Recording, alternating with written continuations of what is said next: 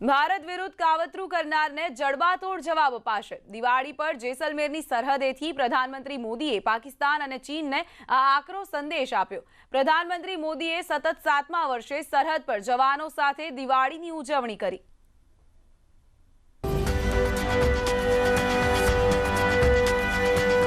हमें आजमाने की कोशिश की, फिर तो जवाब भी उतना ही प्रचंड मिलेगा। आज भारत आतंकियों को, आतंक के आकाओं को घर में घुस करके मारता है। आज पूरा विश्व विस्तारवादी ताकतों से परेशान है। प्रधानमंत्री नरेंद्र मोदीए जवानों साथे सरहदी दिवाળી ઉજવવાનો સિલસિલો સતત 7મા વર્ષે આગળ ધપાવ્યો। પ્રધાનમંત્રીએ રાજસ્થાનની લોંગેવાલા સરહદ પર બીએસએફના જવાનો સાથે દિવાળી ઉજવી। જવાનોએ મીઠાઈ ભેટમાં આપી। 1971ના યુદ્ધમાં શહીદ થયેલા જવાનોને વોર મેમોરિયલમાં શ્રદ્ધાંજલિ આપી। બીએસએફના યુનિફોર્મમાં સજ્જ પ્રધાનમંત્રીએ કહ્યું કે સૈનિકોને કારણે જ દેશની દિવાળી રોશન છે। जब तक आप है, आपका ये हौसला है, आपकी ये त्याग और तपस्या है, 130 करोड़ भारतवासियों का आत्मविश्वास कोई नहीं डिगा पाएगा। जब तक आप हैं, तब तक देश की दिवाली इसी तरह रोशन होती रहेगी। સરહદે જવાનો સાથે દિવાળી મનાવતા મોદીએ દુશ્મનને સંદેશ પણ આપી દીધો। મોદીએ કહ્યું કે જો કોઈ ભારતને છંછેડવાની કોશિશ કરશે તો તેનો પ્રચંડ જવાબ મળશે। પ્રધાનમંત્રીએ આ આકરો સંદેશ એવા સમયે આપ્યો જ્યારે સરહદે પાકિસ્તાન સતત ચમકલા કરી રહ્યું છે। भारत की रणनीति साफ है, भारत की रणनीति स्पष्ट है। आज का भारत समझने और समझाने की नीति पर विश्वास करता है, समझने की भी और समझाने की भी। लेकिन अगर हमें आजमाने की कोशिश की, फिर तो जवाब भी उतना ही प्रचंड मिलेगा। પશ્ચિમ સરહદથી મોદીએ નામ લીધા વિના ચીનને પણ સંદેશો આપી દીધો। પ્રધાનમંત્રીએ વિસ્તારવાદી નીતિને માનસિક વિકૃત ગણાવતા કહ્યું કે ભારત વિસ્તારવાદ વિરુદ્ધનો પ્રખર અવાજ બની રહ્યું છે। भारत की रणनीति साफ है, भारत की रणनीति स्पष्ट है। आज का भारत समझने और समझाने की नीति पर विश्वास करता है, समझने की भी और समझाने की भी। लेकिन अगर हमें आजमाने की कोशिश की, फिर तो जवाब भी उतना ही प्रचंड मिलेगा। જેસલમેરના રણમાં પ્રધાનમંત્રીએ ટેન્કની પણ સવારી કરી।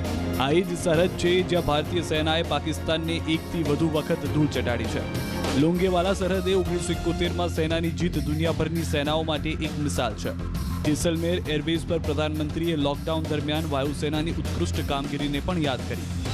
साथियों, कोरोना से प्रभावित अपने नागरिकों को विदेशों से सुरक्षित वापस लाने में एयरफोर्स और हमारी नौसेना की भूमिका बहुत प्रशंसनीय रही है। वायुसेना के सहयोग से ही संकट के समय में सैकड़ों टन की राहत सामग्री जरूरतमंदों तक समय पर पहुंच पाई। મહત્વનું છે કે 2014માં પ્રધાનમંત્રી બન્યા બાદ મોદીએ દરેક દિવાળી સરહદી જવાનો સાથે ઉજવી છે।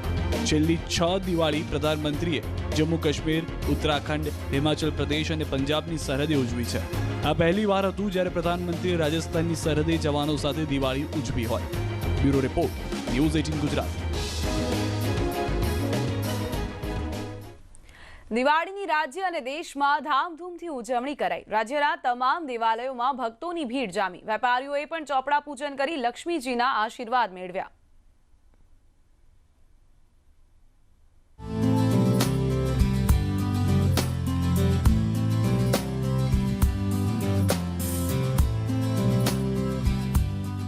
દિવાળી મહાપર્વનો અતિ મહત્વનો દિવસ એટલે કે દિવાળી. આજે શારદા પૂજન અને ખાસ કરીને વેપારીઓમાં ચોપડા પૂજનનું વિશેષ મહત્વ છે. પરિણામે આખું વર્ષ ધંધા રોજગારમાં બરકત મળે તે માટે વેપારીઓએ ચોપડા પૂજન કર્યું. અમદાવાદમાં સોલા ભાગવત વિદ્યાપીઠ ખાતે સમૂહ ચોપડા પૂજન યોજાયું. કોરોનાનું સંક્રમણ ન ફેલાય તે માટે આ વર્ષે ઓનલાઈન ચોપડા પૂજન યોજાયું. પ્રાર્થના કરીએ છીએ કે જેટલા બી લોકો ઘરેથી વર્ચ્યુઅલી પૂજાનો ભાગ બની રહ્યા છે એમના માટે બી આવનારું નવું વર્ષ ખૂબ જ સારું અને સંપન્ન રહે અને આ કોરોના મહામારીનો જલ્દીથી અંત આવે. સુરતમાં પણ વેપારીઓ અને બિલ્ડર્સે ચોપડા પૂજન કર્યું. આ પૂજા વિધિમાં તેમના પરિવારજનો અને સ્ટાફના સભ્યો પણ જોડાયા. અમદાવાદમાં નગરદેવીમાં ભદ્રકાળી મંદિર ખાતે સવારથી જ ભક્તોએ કતાર લગાવી. માતાજીના લક્ષ્મી સ્વરૂપના દર્શન માટે મોટી સંખ્યામાં શહેરીજનો પહોંચ્યા હતા અને માતાના આશીર્વાદ મેળવ્યા. કોરોના વાયરસને કારણે ગાઈડલાઈનના પાલન સાથે અહીં આરતી અને દર્શનની વ્યવસ્થા કરાઈ. જો કે પાલડી ખાતે જલારામ મંદિર ખાતે કોરોનાને કારણે ભક્તોની પાંખી હાજરી જોવા મળી. વડોદરામાં કારેલીબાગ હનુમાન મંદિર ખાતે મોટી સંખ્યામાં ભક્તો ઉમટ્યા. ભક્તોએ દાદાની પૂજા અર્ચના કરી આશીર્વાદ મેળવ્યા. ગાંધીનગર નજીક શ્રી ઘંટાકર્ણ મહાવીર જૈન મંદિર ખાતે પણ કાળી ચૌદસ નિમિત્તે યજ્ઞ કરાયો. ગૃહ રાજ્યમંત્રી પ્રદીપસિંહ જાડેજા પણ મંદિરે યોજાયેલા પૂજામાં સામેલ થયા. કોરોનાને કારણે મંદિર પ્રશાસન દ્વારા આ વર્ષે આ યજ્ઞમાં માત્ર 150 જેટલા શ્રદ્ધાળુઓને સામેલ કરાયા, જ્યારે અન્ય શ્રદ્ધાળુઓને પ્રવેશ અપાયો નહીં. આ તરફ ડાકોરમાં રણછોડરાયજી મંદિર નવા વર્ષે સવારે બંધ રાખવાનો નિર્ણય કરાયો છે. 15 નવેમ્બરે સાંજે 5 વાગ્યા સુધી કોઈ પણ દર્શનાર્થી રણછોડરાયજીના દર્શન નહીં કરી શકે. જો કે આ દરમિયાન બંધ બહારને અન્નકૂટ સેવા કરાશે.